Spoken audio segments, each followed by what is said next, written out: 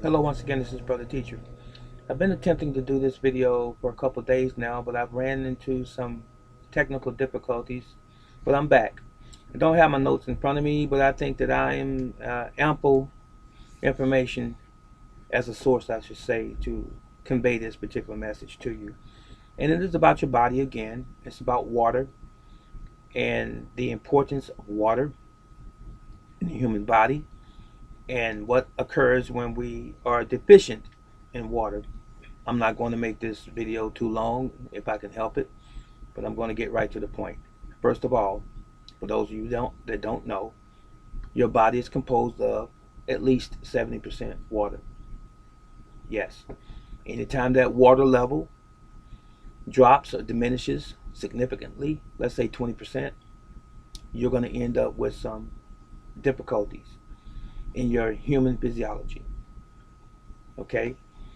Your body is supposed to be in balance, kind of like any machine.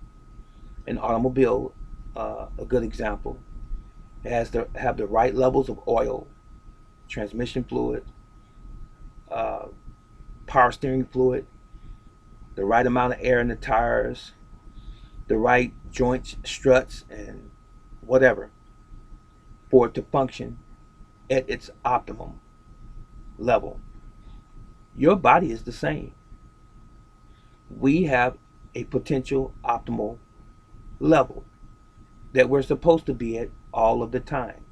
But because of lifestyle choices, because of the environment, because of things we put on ourselves in terms of physical and mental stress, external stresses, we compromise that balance. So, in this particular video, I want to talk about water. Water is important to keep your body healthy. You can go without food longer than you can without water. 3 to 4 days without water, your organs are going to shut down and you're going to die. You can go several days, a week or so, without food. That's how important water is.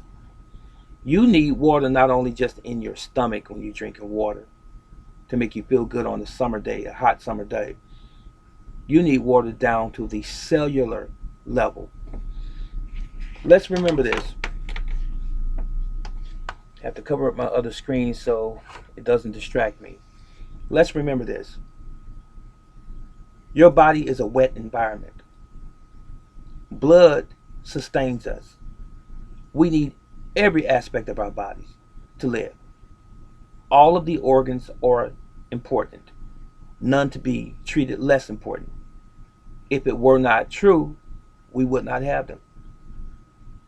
There's a purpose for your heart, your lungs, kidneys, your diaphragm, your skin, your brain, your spleen, your gallbladder, your uh, bowel, if you will, or your large intestine, your stomach.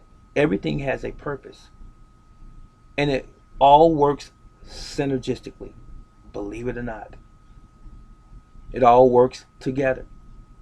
There's no such thing as just one body part is all to itself. They all have specific and individual functions, but they benefit the whole body.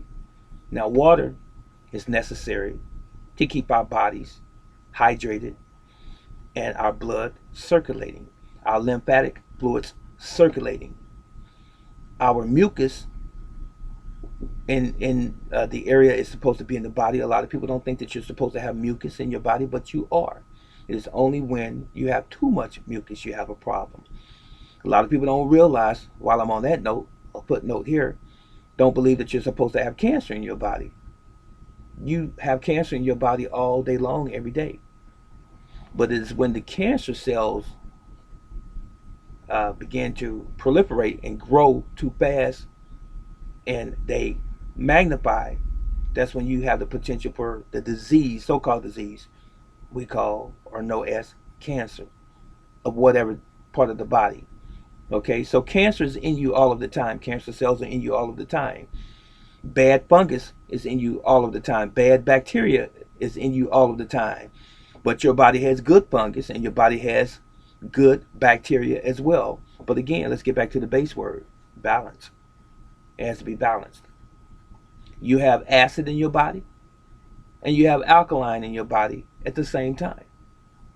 You want to think about that for a moment? Where is the acid primarily located? In your stomach. That is the most acidic environment in your body, is your stomach. It is there because it has to break down the food that comes in your mouth and down the esophagus into the stomach. Hydrochloric acid, you need that in your stomach. It helps you to absorb minerals your stomach I should say. And it also helps to kill pathogens that you ingest that comes down into your stomach. What pathogens are you talking about, brother teacher? And no, I'm not getting off the subject. What pathogens are you talking about? In the environment outside, there's something living on my skin right now and your skin. There's something living on the top of this desk right now. There's something living on the top of this laptop right now. There's something living on your clothing right now. Microorganisms are living. They're good and bad. Okay? You don't see them with the naked eye. But if you take a microscope and put it over these particular surfaces, you will see living things moving. Microorganisms. Do you know we're inhaling and swallowing these things all of the time? And once it hits your stomach, that acid in your stomach, that acid environment, neutralizes and or kills those things.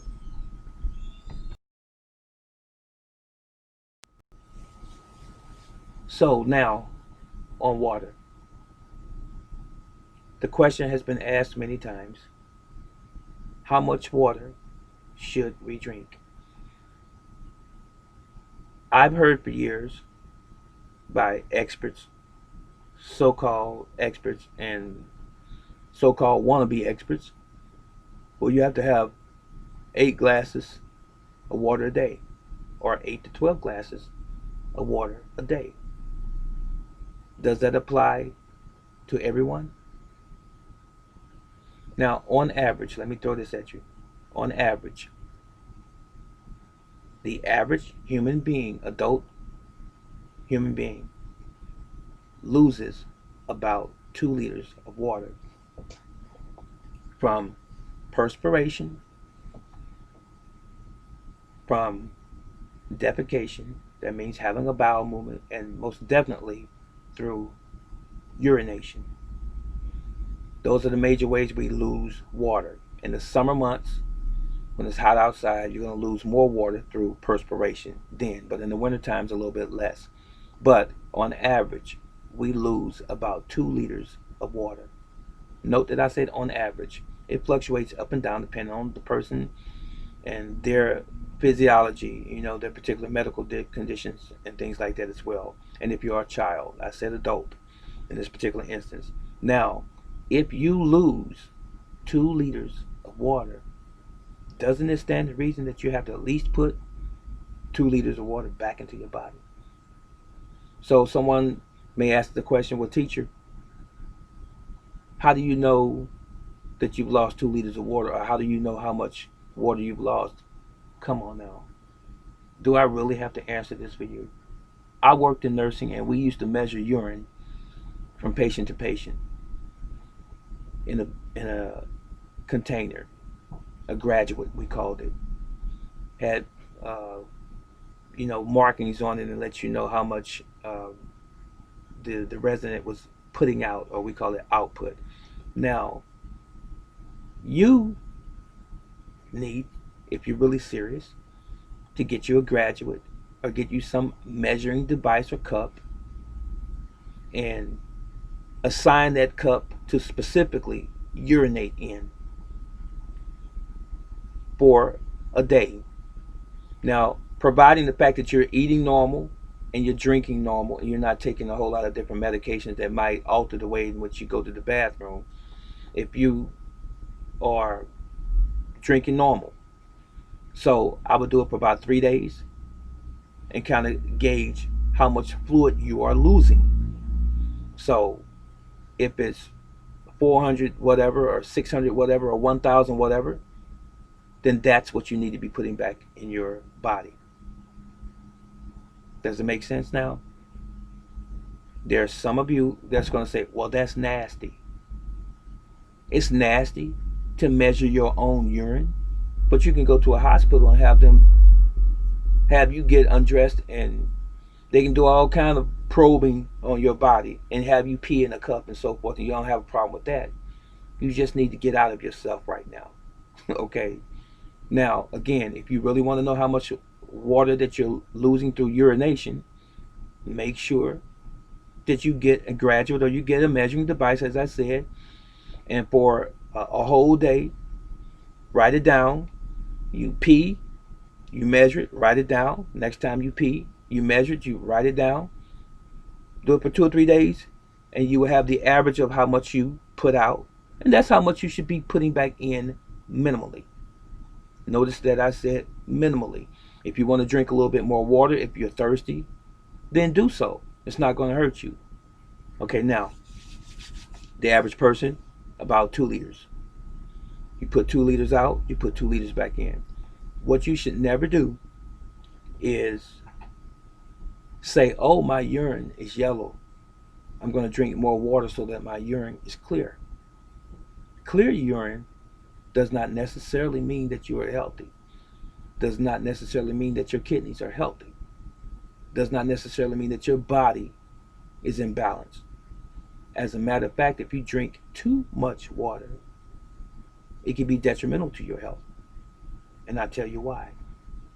The purpose of your kidneys is to flush out the toxic waste through urine. Your urine is supposed to be yellow.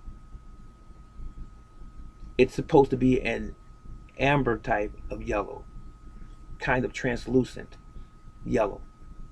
It's not supposed to be clear as being normal. It's not normal for your kidneys to put out clear liquid every time you go to the bathroom. It's supposed to be yellow, like I just told you. If it's dark yellow, it means that you are dehydrated. You need to drink more water.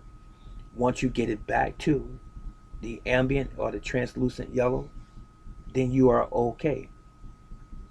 Now, there are some things that you must consider. First of all, what are you eating and what are you drinking? Soda pop is not healthy for you. Beer, alcohol of any type, for the most part, is not healthy for you. These things are diuretic. They'll make you go to the bathroom. You will urinate more. And if you urinate too much, you will become dehydrated. Dehydration is not just simply losing body's water. Dehydration is also losing minerals, precious minerals that your body needs to function at what? Its optimal level again. Minerals, magnesium, potassium, calcium, phosphorus, and so forth. You will be losing an iron along with other minerals your body will be peeing out because of the excess water you're drinking and then in turn losing. You're not supposed to do that. Again, a good sign that you have relatively good kidneys is to have that ambient or that translucent type of yellow color on a regular basis. In the morning, when you first get up, it's not unusual for your urine to be very dark because while you were asleep, your kidneys were working 6 to 8 hours, pulling all of the poisons and all of the toxins out of your body. And it's okay for your urine to be concentrated because you had been asleep all that time and your body's repairing itself. It's getting rid of waste. Okay, so the first time in the morning when you go to the bathroom and it's dark yellow, don't be alarmed. Okay, so your second time going to the bathroom after you've had some water, of course, it should be a normal yellow color, right? Now, To kickstart your morning, you want to make sure that you drink a cup or glass of warm water in the morning, or even warm water, hot water, with some lemon in it. Nothing else, just lemon and water in the morning. And what this does is vitalizes your system. You know, it helps your kidneys. All right. Now, also, pop, especially your dark colored pops, your colas, your root beers, and so forth, they are not a substitute for water. When I was working in nursing, there was one particular nurse. I used to get on her all the time about drinking a Diet Coke. She said, "Well, this is my water. I get my water in." I said, "That's not the same." She said, "Well, I'm drinking fluid. Am I not?" I say, "Pop." And then she said, "Pop is made of water." I said, "Okay, if you want to go there, all right, I'll let it alone." Anyway, you have to have clear, pure water, and not just in the form of beverages, soft drinks, and things like that, because these things are harsh on your kidneys. Sugar is a diuretic. Caffeine from coffee, caffeine from soda pop, caffeine from liquor, from beer, is a diuretic, and it's going to make you go to the bathroom. Okay, so bear this in mind when you're choosing your beverages. You want to make sure that you're drinking pure water. So let me tell you what not having enough water will do to you. First of all, lethargy. You become lethargic. Your brain's not clicking. It throws you off. You can't focus very well. Can't concentrate very well. That's lethargy, or that state of you being lethargic. Okay? Your mind's not quick. Your reflexes are slow because you're lacking water. Another thing that happens when you're lacking water is you're susceptible to cramping, especially in your limbs, your lower limbs, your feet, and your legs, and sometimes your hands. Another thing that happens when you're lacking water is that you uh, get stomach issues. You know what I mean? Then you have uh, a lot of, how should I say, churning and growling sounds in your stomach. You need, in other words, you need to have water to produce hydrochloric acid. If you don't have enough hydrochloric acid in your body, guess what? Your food cannot properly be broken down. Let me give you an example. If you are dehydrated or you have not been drinking enough water and you're eating a full meal, if there's not enough acid in your stomach to break that meal is going to putrefy. It's going to rot in your body.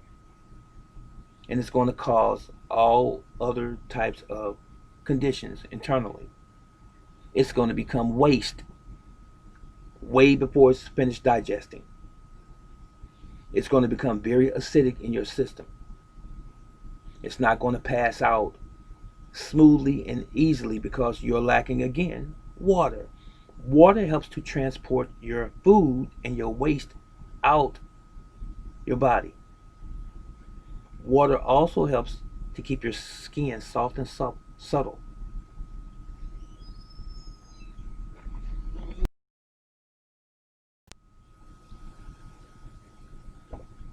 Dehydration puts a great stress on the kidneys.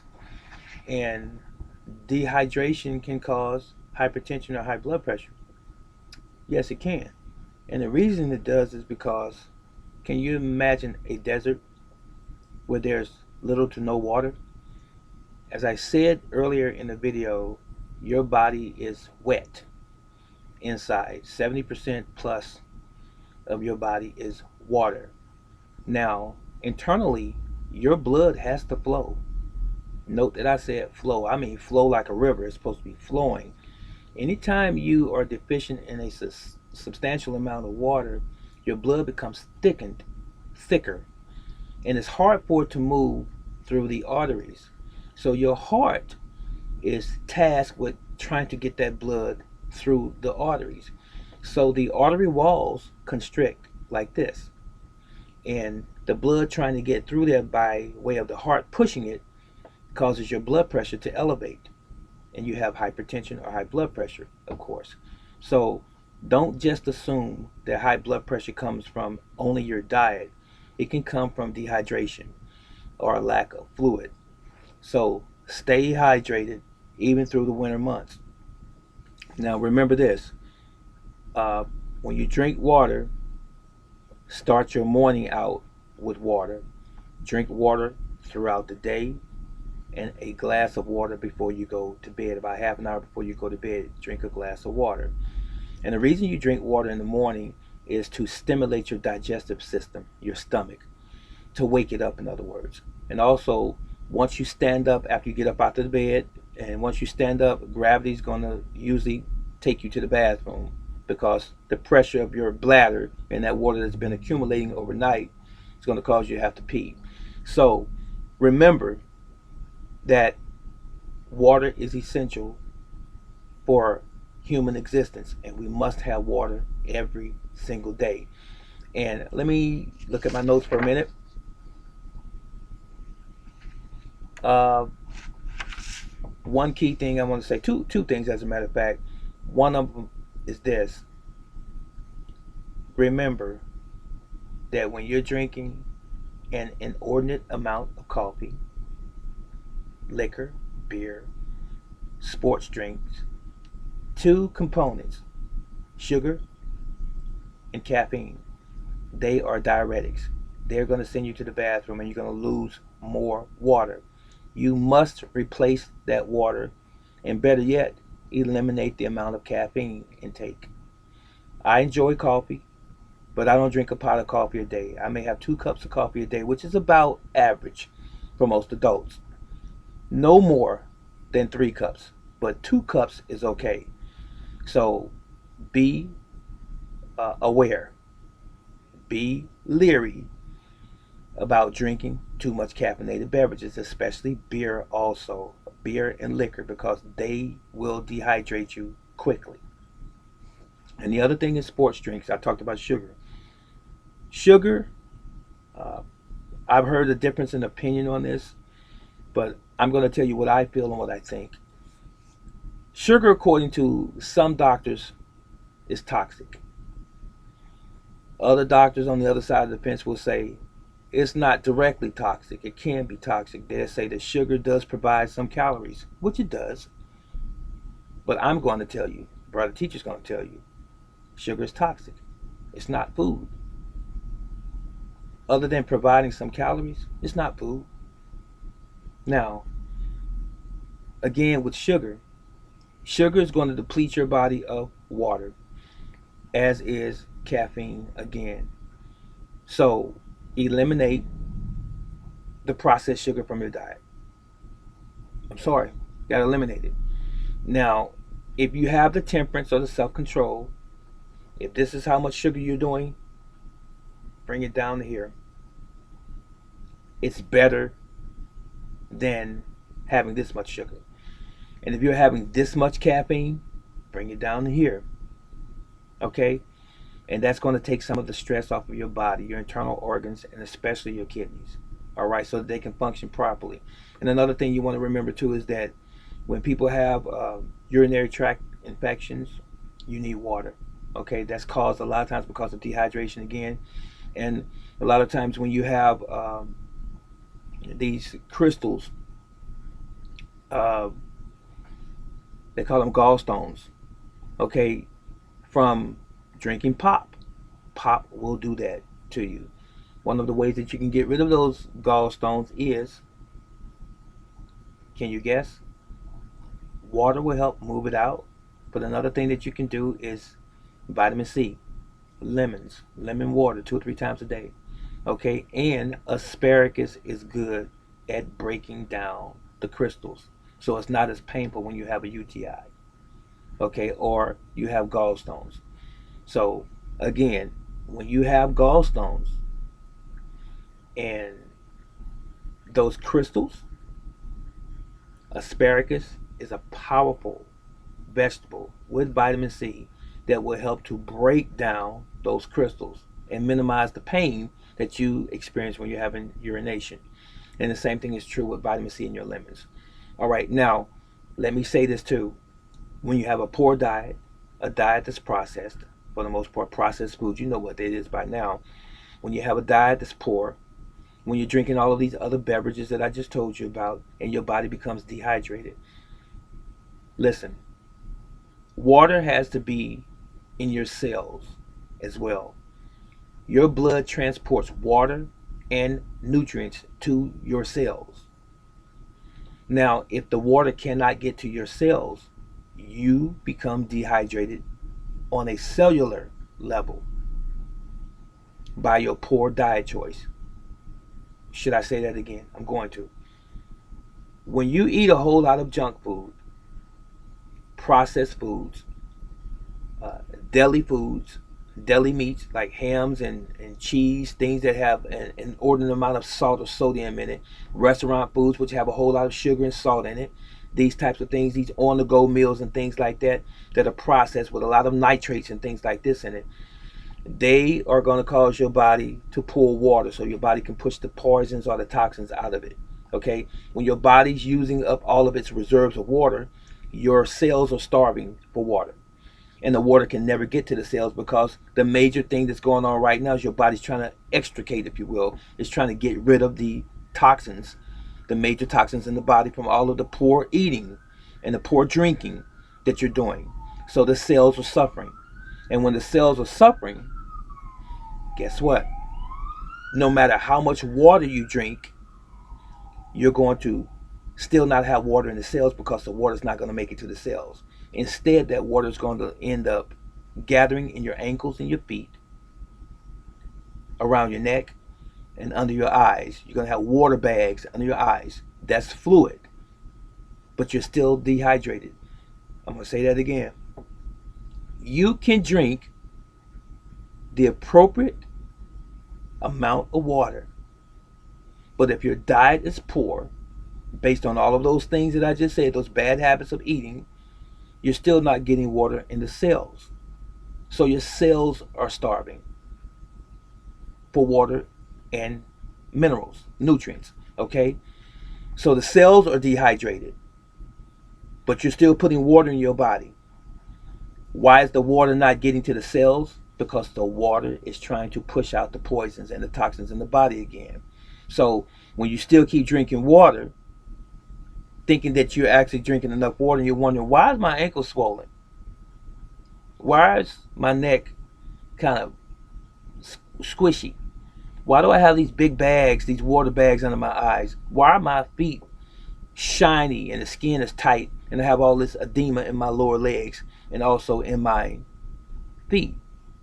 You have it there because it's not being able to absorb into the body because your body's just storing it in the tissues because you have a poor diet.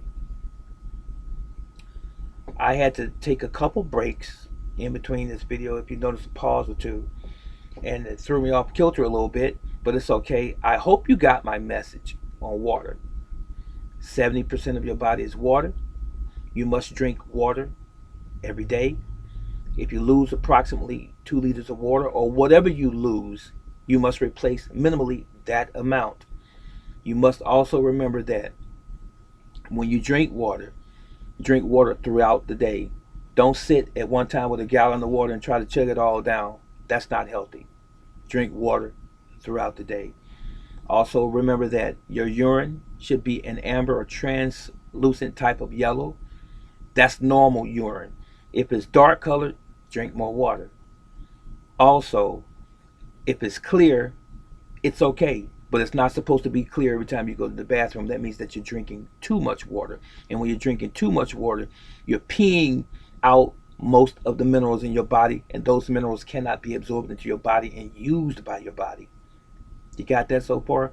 Also remember that you need water on a cellular level throughout your body, not just gathered in the flesh somewhere. You need water on a cellular level, and when you have a poor diet, those cells are going to be starving for water and nutrients, and it's not going to be able to get it because of your diet. So you need to modify or change your diet and stop eating processed foods, stop drinking alcohol. I'm not saying that because I don't drink alcohol. Really, you shouldn't be drinking alcohol because alcohol or ethanol is bad for your liver, and it's also bad for your kidneys. I know the liquor industry makes billions of dollars off of alcohol, and people love that buzz, and people love to feel mellow and all of these other things. But are you willing to pay the cost or the price down the road? Limit the amount of caffeine that you drink. As far as coffee is concerned, 2 cups of coffee is okay, maybe 3, depending on your weight and your general health. But don't drink a pot or 2 of coffee in a day. It's going to dehydrate you by causing you to go to the bathroom over and over again. And a lot of times what people do when they're missing water is they drink more coffee. And guess what? It's a repetitive thing. It's a cycle. You're just going to keep on peeing it back out and taking the minerals back out of your body and being more and more unhealthy. So you don't replace the water that you're using with the thing that caused you to lose water in the first place, the caffeinated beverages and the sports drinks. You don't keep replacing it with that. That is never going to suffice. You want to drink actual pure water, not caffeinated beverages or sugar beverages. That includes Gatorade and pop and all of those other sports drinks, Red Bull and Monster and so forth. Stay away from that stuff. It's not healthy for you. I hope you benefited from this video. I'm sure you did.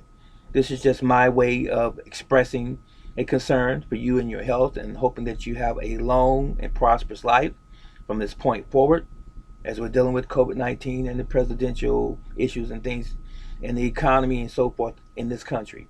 Be blessed. Leave your comments in the comment section below, and I'll talk to you next time. Brother Teacher out.